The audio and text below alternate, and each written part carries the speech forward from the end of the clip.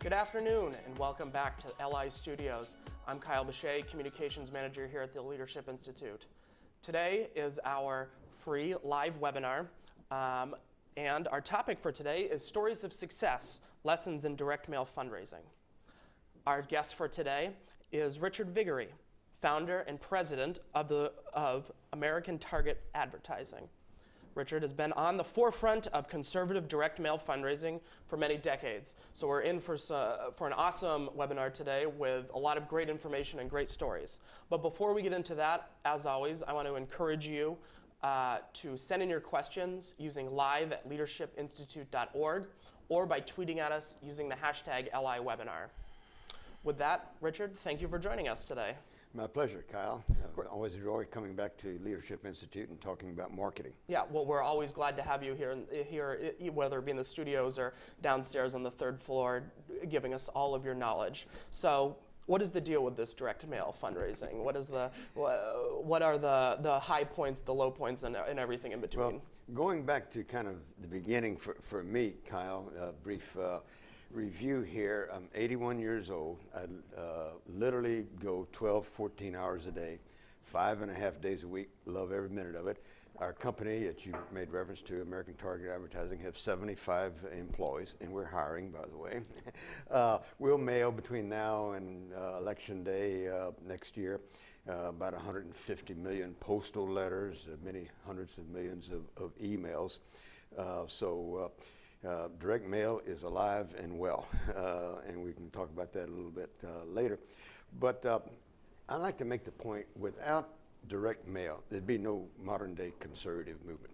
When I, in 1961, went to New York to become executive secretary of Young Americans for Freedom, I ran the organization, did everything that they needed, the president or the leader of the organization would be expected to do. But after about a year and a half, I said, hey, I'd really like to be relieved of all duties except direct mail. I really like this direct mail stuff. And I did that for a year and a half, and now it's December of 1964. Conservatives had their head handed to them in the Goldwater debacle there. And I said, I know everything there ever is to know about direct mail. I want to start my own company. Of course, I knew nothing, but I thought I did. So in January of 1965, I start the Viguerie Company, which was the world's first direct marketing, ideological, political marketing company. No one had ever raised funds or marketed causes or candidates or issues politically, ideologically through the mail before that. And so I did that in 1965. And for about 15 years, basically, I had no competitors out there. And caught a lot of criticism, by the way, from the establishment. And what's this raising money from direct mail, then bypassing the leadership of the Republican Party? Caught a lot of criticism on national television, radio, New York Times, NBC, etc. All the criticism stopped within a few hours. And that was election night, November 1980, when collectively you could hear the political community say, aha, that's what Viguerie and friends have been up to. And so the left ran out there real quick, like, to try to catch up with us, the conservatives, because the Republicans, ran away with the presidency. Reagan won in a landslide. We got the Senate and big gains in the House and the governor's legislative races. But I told my friends, don't worry, it's taken me 20 years to do this, and it'll take them 20 or more years because I'm smarter than they are. Well, not so. Within, I think, 3-4 years, the left had caught up with the conservatives from the standpoint of direct marketing, direct mail. And to this day, in my opinion, the left does a far better job than conservatives do in direct mail. And one last comment is that throughout the 1960s, 1970s, most of the 1980s, the left had a monopoly on the microphones of the country. If this were the country's microphones here, our message went up against this blockage and just kind of fell to the ground like the tree that fell in the forest. No one heard about our candidates, our causes, our issues, until direct mail came along. And that was how conservatives, and the only way conservatives could really communicate with each other in the 60s, the 70s, the 80s. I can make a strong case that Ronald Reagan would not have been elected president, wouldn't have been nominated, and then therefore couldn't have been elected president without direct mail. In 1976, when he was running for president in 1980. He's got 250,000 small donors, $25, $50, $100 donors. His competitors, George Bush, John Connally, Howard Baker, Bob Dole, are getting the $1,000 contributions. So there'd be no modern day conservative movement without direct mail. Now, since then, we've added to the new and alternative media of direct mail, talk radio, cable television, the internet, and it leveled the playing field for conservatives. And without this new and alternative media, conservatives wouldn't be competitive. Great. So you're saying, direct mail was successful because it was able to give conservatives a voice that they didn't already have. That's the gist of of the success that you saw in the 60s and 70s. What are, so take us through direct mail. It gives us that success, but what are the other things that you've learned throughout your years of experience that our viewers can take away? Well, you use the word learn. It's very, very important. If I could only communicate maybe one message today, it would be that to the people listening to us now, Kyle, and that is read, read, read, study, study, study, marketing.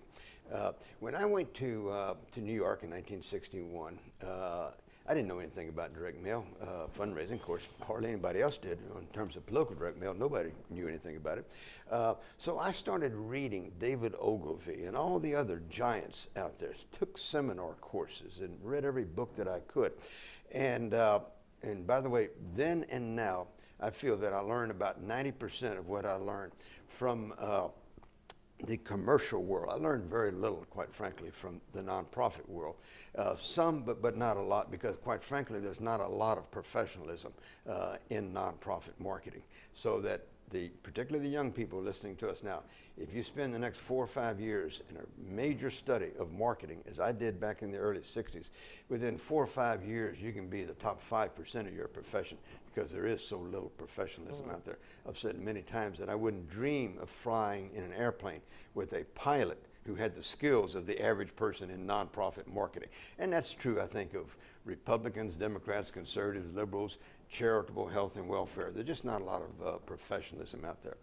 And by the way, talking about going back to 1961, I jokingly refer to myself sometimes as 003, which means I've been active at the national level longer than every living conservative. And 002 is Dr. Lee Edwards at the Heritage Foundation. And 001, maybe we'll ask our listeners if they want to, email who is 001 at the end of the broadcast. We'll see if we get any good responses on that. So this conversation, obviously there are things that people can do wrong with direct mail marketing. Have you run into any problems or mistakes that people make when doing direct mail that they should be watching out for? Well, as I said earlier, there's so little professionalism, so, study the giants out there. And quite frankly, when I started doing direct mail fundraising back in the 60s, I studied the commercial arena, as I said. And quite frankly, I didn't find it that difficult because giants had come before me. Not so with the internet. Giants haven't come before us. We're still trying to figure out. We're all playing Lewis and Clark, quite frankly, going where no one's gone before in the internet. We'll figure it out. It might be this afternoon, might be 5 years from now, but we haven't figured it out. And by the way, so many people think that direct mail is a dinosaur, it's over with, its best days have come and gone. Not so. Those nonprofits that are doing cutting edge work are getting about 10%, maybe 15% max of their income from the internet. They're getting still 85, 90% from direct mail. And the average nonprofit, particularly average non-conservative organization that I'm familiar with, getting 3, 4, maybe 5%. That's going to change, but it'll take 12, 15 or more years for it to change. But right now, direct mail is still the workhorse for fundraising through new and alternative media. Okay. When we're talking about direct mail marketing, obviously you need to have lists and things to send people, a list of people to send your information to.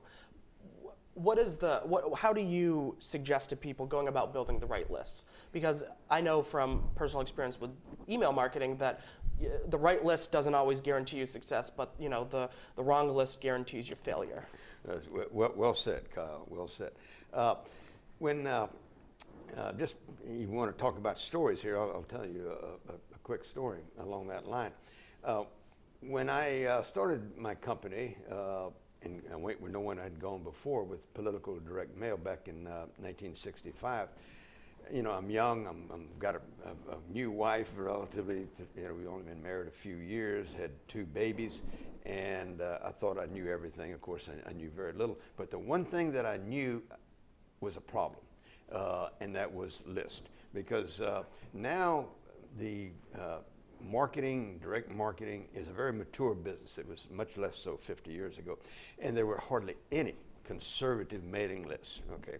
So I discovered in 1964 that if you were running for President of the United States, you had to file with the clerk of the House of Representatives in Washington all your $50 plus donors. So I went down to the clerk's office, and sure enough, there was a big stack of Barry Goldwater donors, $50, $100, $1,000 donors. So I started copying on a legal pad like this, came back the next day, wrote some more. So after a day and a half or 2 days, I said, hey, I'm not making a lot of progress. So I hired about 5 or 6 women and got 12,500 of Goldwater's donors, federal, national donors. And that gave me the courage, the confidence to go out and quit a good paying job and start my own business. Then I said, well, that must, if it's true at the national level, it must be true at the state level. So I flew out to Sacramento and Austin, Texas, and here and there, and did the same. So by the end of that year, 1965, I had about 100,000 donors to conservative Republican causes. And it didn't take very long, before a few years, and I had 1 million donors. Now today we've got 10 million conservative Republican donors. And so the key, you start with a lot of things, but if you don't have that right mailing list, the world's best direct mail package sent to the wrong list is not going to be successful. You mentioned you saw that you had an increase of donors. Does that come from pure direct mail fundraising? Because that seems like a huge increase from just talking to them through direct mail alone. Or did that come with personalized meetings as well? Well, building the mailing list? Yeah, well, I mean, the growth and size. Some of those donors, I imagine, have been on there for quite a long time. Do you ever work with those donors in person, ever give in-person meetings? No, It's just, no. One of the things I want to talk about here is my Vigory's 4 Horsemen. But I've carved out a niche. In fact, I got into direct mail fundraising because I didn't like asking people for money. When I went to New York in 1961, Young Americans for Freedom had just been founded months earlier on Bill Buckley's family estate in Sharon, Connecticut. And I wasn't there, unfortunately, but I was running the organization now. And they had a big name, but they didn't have, they had a handful of donors and a big debt. And so I was my boss was really running an advertising agency for different causes out there, and he was very close to Bill Buckley, and he had the YAF account, and he knew lots of wealthy people, so he gave me the names of 3 wealthy people to call and ask for contributions. Charles Edison, the youngest son of the inventor, J. Howard Pugh of Sun Oil Company, and you're having a Rick Perry moment here. Eddie Rickenbacker, captain of Eastern Airlines, former founder of Eastern Airlines, Captain Eddie Rickenbacker, famous World War I hero. So anyway, they were all very generous, gave me contributions, but I realized I didn't like asking people for contributions. So anyway, I got a secretary, wrote some letters that seemed to work, got what most of your listeners never heard, maybe the word mimeograph machine. Had a big roll, and you just crank it and turn out letters. And so anyway, I did that, and it seemed to work. And so we also had a business model, which is very interesting, I think, and it's served us in good stead for 50 years. When I started in 1965, I had a few clients, and I would go to these clients and do mailings, and maybe we'd mail 5,000 letters, and it just worked really good. And I'd say, okay, now the test of 5,000 showed it's successful. Let's mail 50,000. Then when that results come back, we'll go 100,000, 200,000, and they say, no, let's mail another 5,000. I said, no, the ball bearings are right there. I can see them. We've only got a short period of time to save America here, and they just, wouldn't do it. I've discovered over many years that God, in His infinite wisdom, seldom saw fit to put in a nonprofit body an entrepreneurial spirit, which is a risk taker. And so I said, okay, I want to save the world by sundown. How do I do it? Okay. And so I came up with the idea of I would take the risk. Okay. I want to mail those 50,000 after the 5,000 test did well. And so I'll come up with the money and the finance. And by the way, I want to copy the names and addresses of the people who respond to the mailing. And we did that for lots of organizations. And that was a major reason why we were able to build the conservative movement quickly in the late 60s and then through the 1970s. So we could, through getting donors, public records to Republican candidates, we also mailed millions. Very quickly, we were mailing 50, 75 million letters a year. So the people who were responding to those mailings went into this major donor base. And so when a candidate, like let's say Jesse Helms, in 1972, was elected to the Senate for the first time, and he had a debt. So Tom Ellis, his campaign manager and friend, called me and asked if I could help with that $90,000 debt. I said, yeah, I think we can make 2 mailings, pay off the debt, and you'll have a little money left over.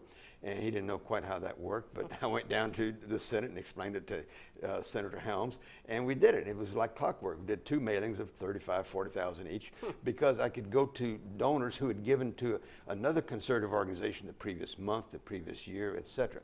So having a donor base of conservative donors allowed us to help build the conservative movement quickly in the late 60s, early 70s. And as I said earlier, there'd be no conservative movement worthy of the name without direct mail. You said something in that quite a few times that was very striking to me. You didn't like asking people for money.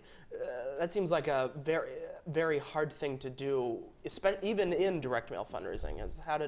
How do people overcome that? You obviously mentioned that you didn't really overcome it, and so you went to direct mail fundraising. So, is there a way to ask people for money in direct mail fundraising that's different from in person? Well, I'm a big believer in not trying to work on your weaknesses. Life is too short for that. Identify your strengths and put almost all your energy and resources into that. And so, I admire and I have many friends out there, including John Von Cannon at the Heritage Foundation and many others who are masters at one-on-one fundraising. That's just not my strength. And so I put my resources, energy into becoming the best direct marketer that I could. And there are people listening to us who are good at one-on-one fundraising, and there are lots of people who can help teach you. And by the way, I was fortunate to have about 3 mentors in life who are really giants in terms of marketing, fundraising. And I encourage everybody who really wants a major career in marketing to get a mentor, a guru, if you would. And it makes all the difference in the world there. Absolutely. I think this is a good time to go. We have a bunch of questions coming in from our audience today, which is great. One of our viewers named Susan wants to know,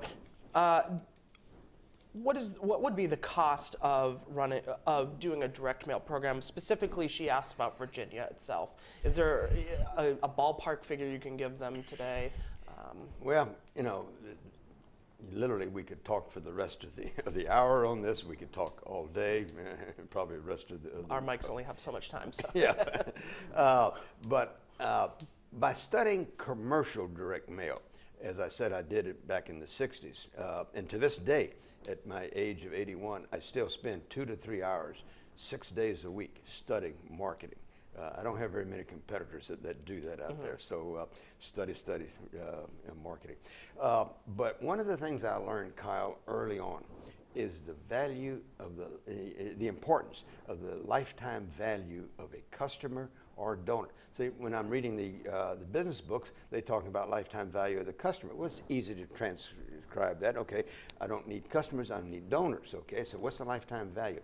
So early on, I went out there and was able to convince clients, people in the running conservative organizations, that it's okay to spend $1 and bring in 80 cents, 90 cents, because the lifetime value of that donor is going to be far, far greater than at 10 or 20 cents you might have lost there. So right now, I used to be able to literally, when I started with Young Americans Freedom, we could mail a letter for less than 10 cents. It's incredible. Postage was literally 1.75 cents. So anyway, right now you're fortunate to be able to mail a prospect letter for less than 50 cents. A house file letter, depends on if you're writing to a high dollar donor or a low dollar donor, can run you 70, 75 cents. But focus on the lifetime value of those donors as you're trying to build your mailing list. And by the way, in 1960, direct mail was the second largest form of advertising in the country. Today, in 2015, direct mail is the second largest form of advertising. So one of those things that I was telling about, I caught a lot of criticism in the 70s from the national media because I was doing just that. I was spending $1 million and maybe $700,000, $800,000 would come back. And the media would write, Vigor lost $200,000, $300,000. But election night, they saw what we were doing. Give you one quick example. We had a client named the National Right to Work Committee. And, Morton Blackwell is on the board of directors of the committee. So the founder and longtime president of the organization, Reed Larson, asked me to put together a campaign to defeat an important piece of legislation that the unions wanted called common situs. So you got a big, you could say, construction project. When one union goes on strike, all the unions shut down. And they wanted that piece of legislation. We wanted to stop it. Jerry Ford's president of the United States. So Reed authorizes us to mail 4 million letters. In those days, they each cost 25 cents. So we mailed 4 million letters. And a friend of mine worked in Jerry Ford's office. And in January of 2076, Ford breaks his word to the unions and he vetoes the legislation because the Congress had passed it. Because my friend of mine in his Ford's press office said he got 720,000 letters and cards on his desk. 720,000 from those 4 million letters. Now, the campaign lost about $300,000. We spent $1 million, $700,000 came back. They lost $300,000, but they got. Besides, the number one purpose of the mailings, by the way, was not to raise money, was to defeat the legislation. Right. One, we accomplished that. We educated millions of people about the union's abuse of power, et cetera. And we got 90,000 new donors. Wow. I, Reed Larson, everybody else will go to their grave, never knowing how much money was raised from those 90,000 new, but it's something north of $20, $30 million. So the lifetime value of a customer is so important when you engage in a campaign here. Acquiring 90,000 new donors is a lot of new donors. It seems like something of that would help you get through tough time. Having more donors helps you get through more tougher times. All of us experience economic downturns at sometimes. So does having a good prospecting base help you get through those as well? Well, having a good house file does, because, and I'm glad you brought that up, Kyle. So I want to mention, I've been doing this now between my 50 years I've had American Target Advertising, and the 3 years I was at Young Americans for Freedom, so that's 53 years. And in that period of time, the next 12 months between now and fall of 2016 is the best time in my lifetime, a very long time, to grow conservative organizations. I tell leaders of conservative organizations that if you don't double the size of your organization in the next 12 months, you need to resign and let somebody else run the organization. Because American people who support our type of causes are frightened, they're angry, and as Morton Blackwell says, he started saying this in the spring of 2009, I've said it 100 times, 1,000 times since then. What people want is they want to hear the sound of the cannons and smell the gunpowder. So they want action, you know, and so if you're training up the next generation of leaders, maybe 20, 25 years from now, you know, that's good and important, but donors want action right now. So you've got to translate that into how it's going to affect the events in the next 15 months there. So the message is the next 12, 15 months is the best time in the last 53 years to grow conservative organizations. So, and then it's going to be, hopefully it'll be very difficult to raise money from new donors in 2017, 18, et cetera, because people will feel, wow, the cavalry has arrived. I can put down my pick and shovel and hammer and saw. I don't have to build the fort anymore. Right. But if you've got that donor base, okay, and you've bonded with them, then you will keep a high percent of those people going forward. Naturally. Susan has a second question that I want to get to today, which is, what are the key components of effective fundraising letter? I know today we're trying to keep everything at sort of a larger view, but what are some ways that they can look into, you mentioned study, learn as much as you possibly can. So what are some ways that they can learn to build an effective fundraising letter? There's many, you know, weeds you can get into, so to speak. One of the most important things these days is the importance of storytelling. Almost all great teachers in the history of the world are storytellers, and that's how the number one way you teach and communicate. So, you know, bring a story into it. And part of that story then is a good time maybe for me to talk about what I call Vigory's 4 horsemen. These are 4 things that before you ever write the first word of a fundraising letter, you've got to focus on these 4 things. You've got to get them right. If you get these 4 things right, life is downhill with the wind to your back. Get any of them wrong, you're going uphill, the wind in your face, you're not likely to succeed. And I'll explain each one, but the 4 words are position, differentiation, benefit, and brand. Position is nothing more than a hole, H-O-L-E, in the marketplace. And you decide that privately. What's your hole in the marketplace? What do you want to, you know, what do you want to do that no one else is doing? And how do you differentiate from others? And then differentiate is what you do publicly. Let's say that you and I here in our dreams are Rupert Murdoch and Roger Ailes 20 years ago, and we want to start a TV network. Well, Roger Ailes and Rupert Murdoch don't sit there and say, well, let's say CBS does this, we'll do this, ABC does it, CNN. They don't care what they do, because what they decided to do was occupy a hole in the marketplace, right of center. Nobody serving the 50% of the country doesn't have a TV channel to watch the news on where they can get the objective news. So life got pretty simple at that point. They decided that privately. That's their position. Differentiation. So publicly, they differentiated from ABC and NBC by hiring Bill O'Reilly, Sean Hannity, Glenn Beck for a while, Megyn Kelly, etc. Okay, and then the third is benefit. Obviously, you get news and information on Fox you don't get anywhere else on television. Okay, and the fourth is brand. And brand is the ball game. That's everything. It's a combination of those other 3: position, differentiation, benefit, and it's what makes you singular, what makes you unique. A famous marketer, communicator, Seth Godin, has written 14, 15 books.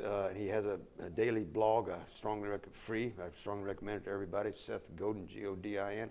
One of his books he wrote was The Purple Cow. I live out in the country, regularly pass fields of 40 brown and white cows here, 50 black ones there. They all look alike, can't tell one from the other.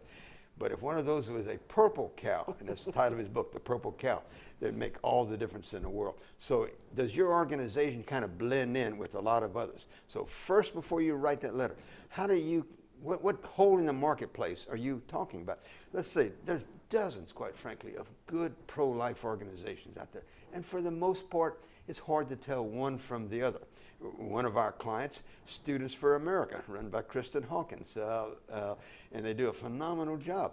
By their name, they've established a hold in the marketplace. Students for life. Everybody can understand the value of young people talking to other young people about life, okay?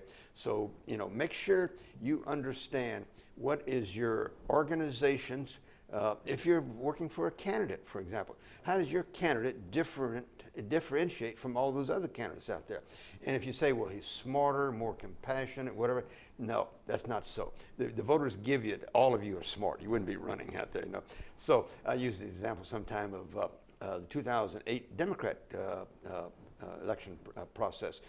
5 candidates running for president. Most people can only remember 2, Obama and Hillary.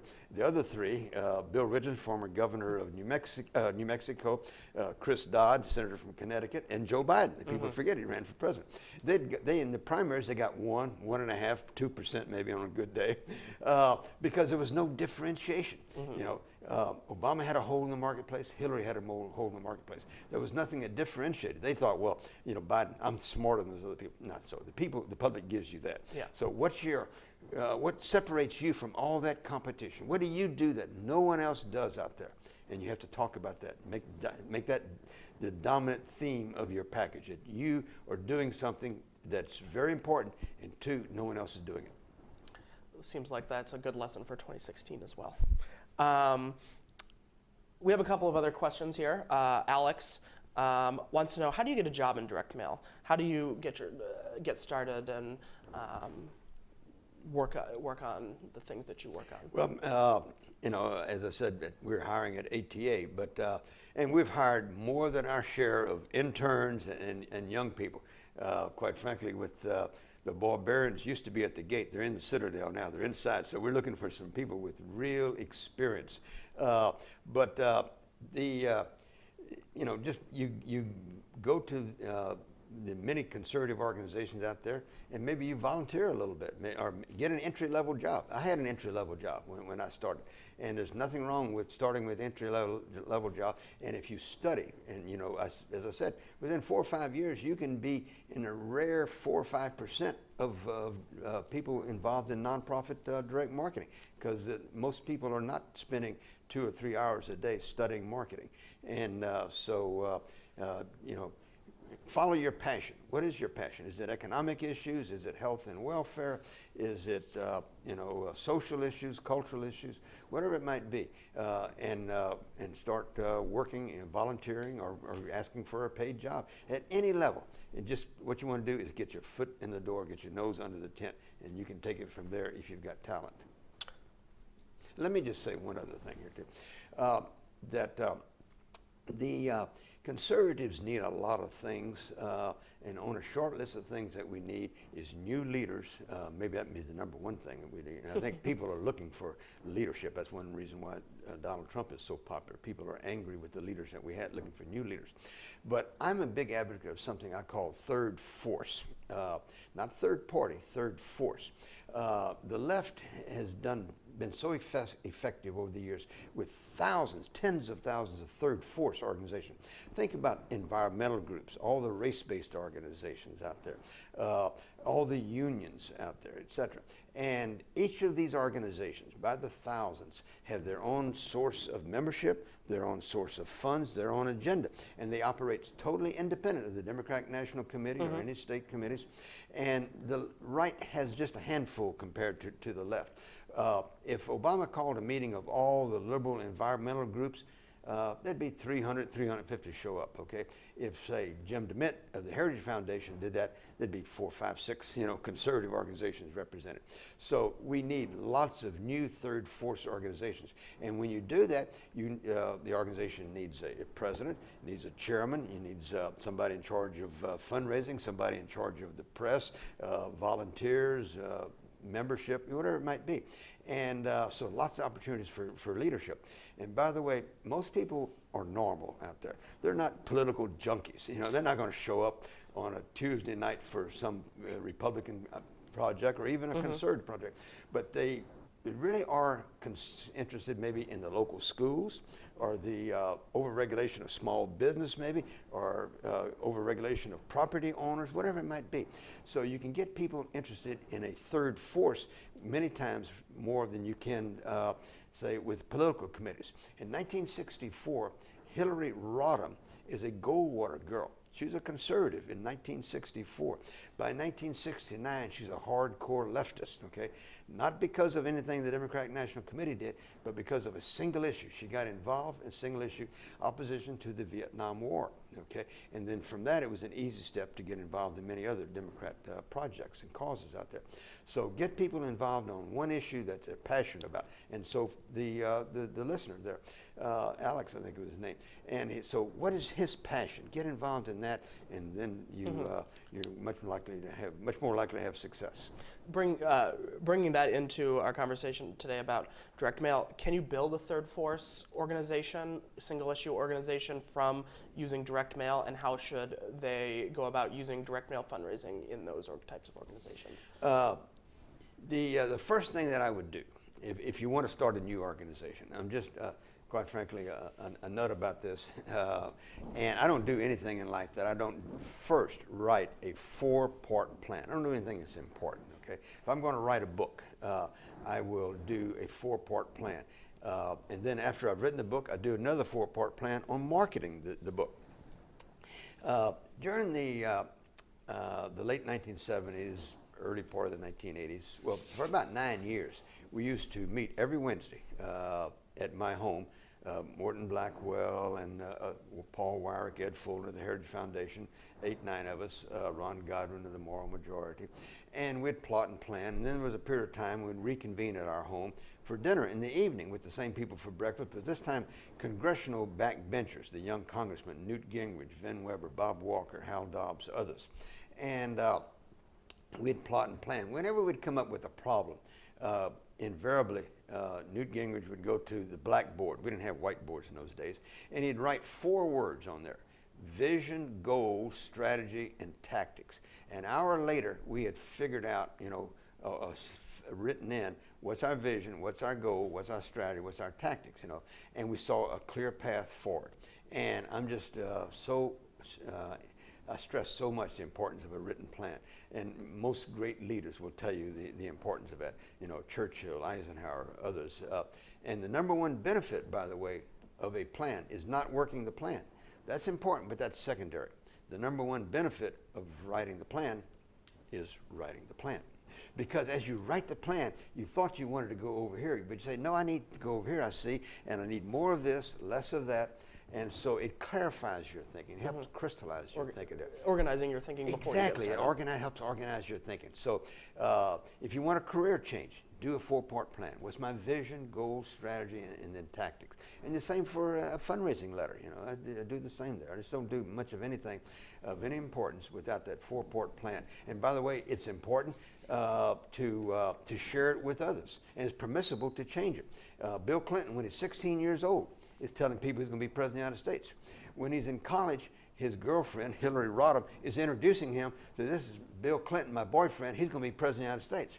And so when you share with people, it puts more pressure on you to fill. Let's say you've got a goal, I want to lose 50 pounds in the next 6 months. So you're at dinner and all of a sudden you order pie a la mode, your friends say, hey, Richard, I thought, so people will hold you accountable, you'll hold yourself accountable. Okay. Fair enough. During your lectures here at the Leadership Institute, you like to talk about the value of a lifetime donor. What is the value in the sense of direct mail marketing to that lifetime donor? Do they continue? Do you see the same people coming back and back to you again over and over again? And how do you build a lifetime connection with a donor? Oh gosh, that's such an important question, Kyle. We could go so many different directions. That is so important for all organizations that are mature, been in operation for a while, to know the lifetime value. Otherwise, you don't know how much money to invest in finding new donors. And there are a lot of problems in marketing, direct mail these days. Maybe number one is what we call churn. This is an industry-wide average, and it works on the liberal side, the conservative side, health and welfare.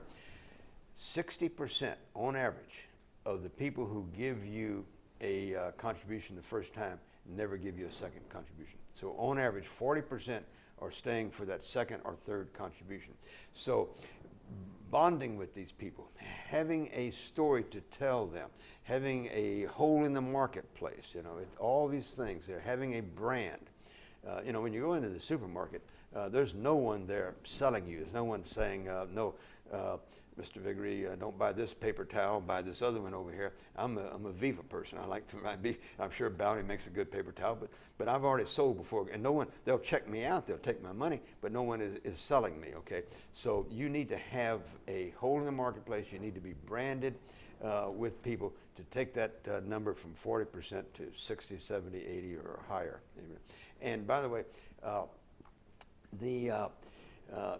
every organization obviously is different, but an organization like a college that's been here 100, 200 years or more, they have a lifetime value that's going to be different than an organization that's relatively new, has just maybe one well-known person running the organization, and they're here today, but who knows if they'll be here tomorrow. The lifetime value, is important to do. And then you need to make sure you communicate to people that there is structure here. There is, life is going to continue after the founder moves on here. Heritage Foundation is a great example. Ed Fulner didn't build, the Ed Fulner empire there. It was heritage out there. And so when Ed Fulner retired and Jim DeMint came in, I'm sure it was like a seamless operation there. And people know it's the institution that's important, not the individual. Too many times, most nonprofit organizations, or particularly conservative ones, are the length and shadow of one person. And people know that. And people know that when that person moves on, the organization probably won't continue at this level of success. How important is it to thank your donors when you have success, after you have said to them, I want to do this, help me raise fundraising for that? How important is it to write back to them and say, this is what your contributions were to do? It's vitally important, and it's probably that law of direct mail fundraising is probably violated. That thanking you more than anything else. I encourage clients, and we try to do it for our clients, send a thank you out within 48 hours, 72 hours, but send not a generic thank you, okay? You wrote and told them, we've got this problem. We want $100 to solve this problem. Address that problem, I use sometimes example, a long time ago, but I used to be in college, and sometimes I'd need, $5. In those days, $5 was a lot back in the 50s. My parents, and then so they send $5, $10, whatever, and if I didn't write back and thank them for that $5, it'd be a little strange, right? Okay, so I had a need, and I explained, the need, and then I told them I got the car fixed for this or that type of thing. So too many times people deal with their donors in a way that they can tell that it's a transaction instead of a relationship that we have here. And so make all of your activities with your donors more of a relationship than just a transaction there. And thank them for that project, and then write to them again about that project. They're interested in that project. Maybe they're not interested in the 5 other things you do, but that one thing, that's what they really are interested in. So we continue to communicate with them and treat them as an individual. I tell people, I was having this conversation yesterday and this morning, actually, with some of my executives. And too many times people write a letter that's going to go to 1,000 people or 10,000 people. Write to one person, And over the years, I've employed hundreds, if not thousands, of people over the years. But I've had maybe 8, 10 of my top copywriters actually understand the concept of writing to one person. And most of the time, it was sad news for me, because they would come in, boss, after 5 or 10 years, I got it. I really understand what you mean by writing to one person. And by the way, here's my resignation. I'm starting my own company. Okay? And it is, not a lot of people get that concept. But if you ever do, it's all the difference in the world. Arthur Godfrey was a famous radio broadcaster back in the 40s, the 50s, the 60s. And he had a massive radio audience, much like Rush Limbaugh does today. And he was asked, how can you be so successful? And he talked about, I'm not talking to 10, 20 million, right? I'm talking to one person. He's got one person in mind out there, and he's talking to that one person. So the 20 million people say, wow, he's talking to me. And that one-on-one communication is everything. You read my mind, because that was going to be my next question for you. How is it important to do plural versus singular communications? We have time for a couple more questions today, so let's get right into them. Bonnie wants to know, you talked about mentoring, and she wants to make sure that you're mentoring people about all of this.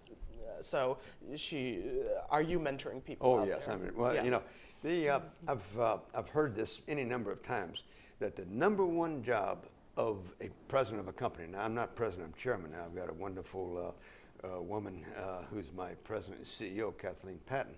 But her number one job, my number one job, is to teach. And all day long, I'm teaching.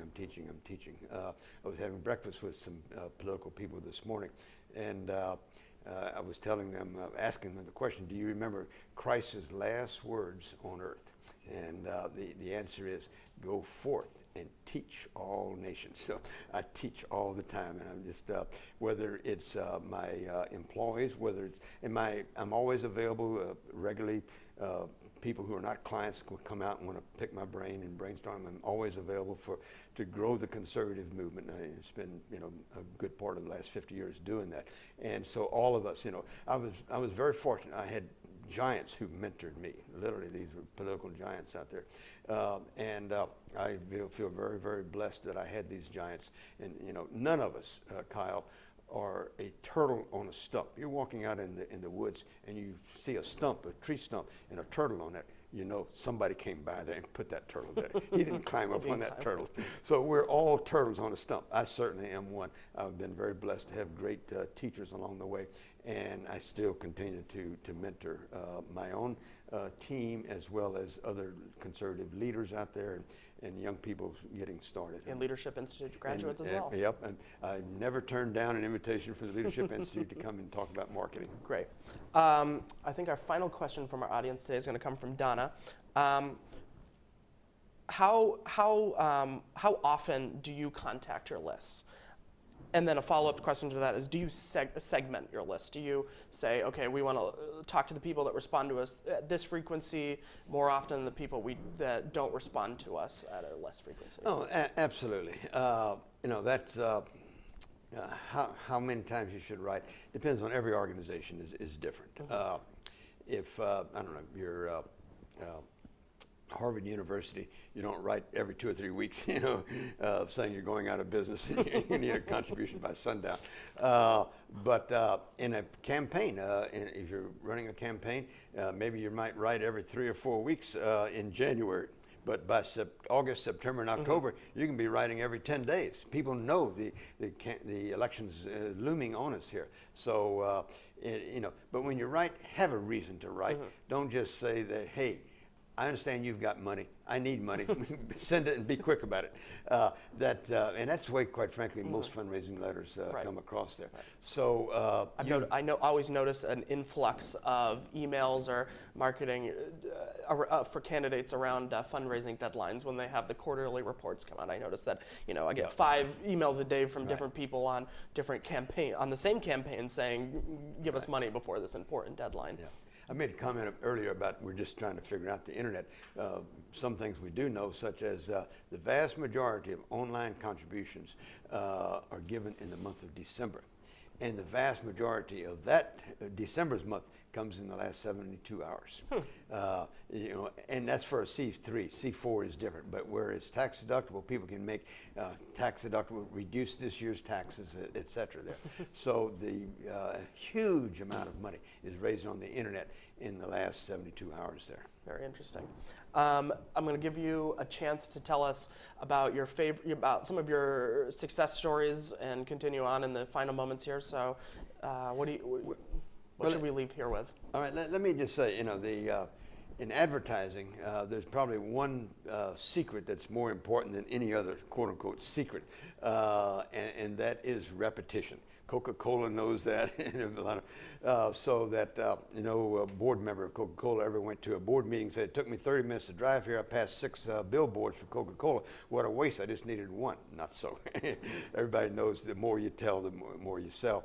And so I'm going to briefly repeat, Kyle, some of the things that I covered here, because some of these issues are so important. There are lots of places you can go to find out the size of the envelope, how long should a letter be, and who should sign it, and what's on the letterhead, and one thing and another about a PS and all that. But the big picture things are my 4 horsemen: position, differentiation, benefit, and brand. And unless your organization, is unique and stands apart as a purple cow, it's going to be very, very difficult to be successful. You need a written plan. You need to study, read. Again, to repeat myself, at my age, I spend 2 to 3 hours every day, 6 days a week, studying marketing, and it's just so important to do that. Get a mentor. Have somebody to adopt you. Or go and work for somebody who's a giant out there. There are lots of people out there in commercial world as in the nonprofit world who would love to help teach you. I had a giant of a teacher, a man named Ed Mayer, who used to do nothing but teach direct mail all day long for years and years and years. When he died, a man named Dick Benson, who was also a giant, he called me on the phone and said, your guru just died. Can I be your new guru? I said, you got the job. And so just very, very blessed to have. I talked about the importance of third force, that we need thousands and thousands of new organizations out there. We need new leadership. Our country is just desperate for leaders, especially new young leaders out there. And you become a leader by doing, okay? When I start in New York, and then after a year or two, we moved to Washington, D.C., I had a lot of good ideas, I thought, and I wanted to express myself in this area, in that area. Nobody asked my opinion. So I would start calling meetings. And that people would come, and then they would invite me to their meetings. So take the initiative, put energy out there. And I read something that Nancy Pelosi said years ago. As she's climbing the leadership ladder in the Democratic Party, she had discovered something that I had discovered 50 years ago, and it is this: you'd be surprised how many important people will come to your meetings if you serve good food. And that's very, very true. So over the years, I've had literally thousands and thousands of meetings at my home, in my office, and we serve good food, and I'm never short of important people to come to the meetings. Very good, very good. Well, I think we should rename today's webinar "Be a Purple Cow." I think that's a much better title today. Thank you for joining us today, Richard, and giving us your wisdom of direct mail fundraising and everything else that you had to say today. My pleasure. Let me close one quick point. This is the best time in the last 50 years to grow conservative organization in the next 12 months. So if you don't double your size of your organization in the next 12 months, you're doing something wrong. It's a great opportunity to take advantage of it. Take advantage. Well, thank you again, and thank you all for joining us today. This was a wonderful webinar where we got to talk about a lot of great things with Richard today. It will be online. It was recorded, as always. It will be put up at www.leadershipinstitute.org/activism-on-demand for your viewing. You can send it to your friends, watch it again yourself if you missed some key points, but it'll be there for you to view. If you're interested in continuing to talk about and to learn about fundraising, we have a school coming up, the Comprehensive Fundraising School, where we talk about high dollar fundraising, direct mail marketing, and online fundraising. That will be from September 29th to October 2nd, and you can find the details and register for that training online at leadershipinstitute.org/training. With that, our next webinar will be on August 26th on the topic of being proactive in media, and the folks from Learn Liberty will be here joining us in the studio to talk about that. So it should be a good one. Thank you all again for joining us, and thank you again for your questions. Have a good night.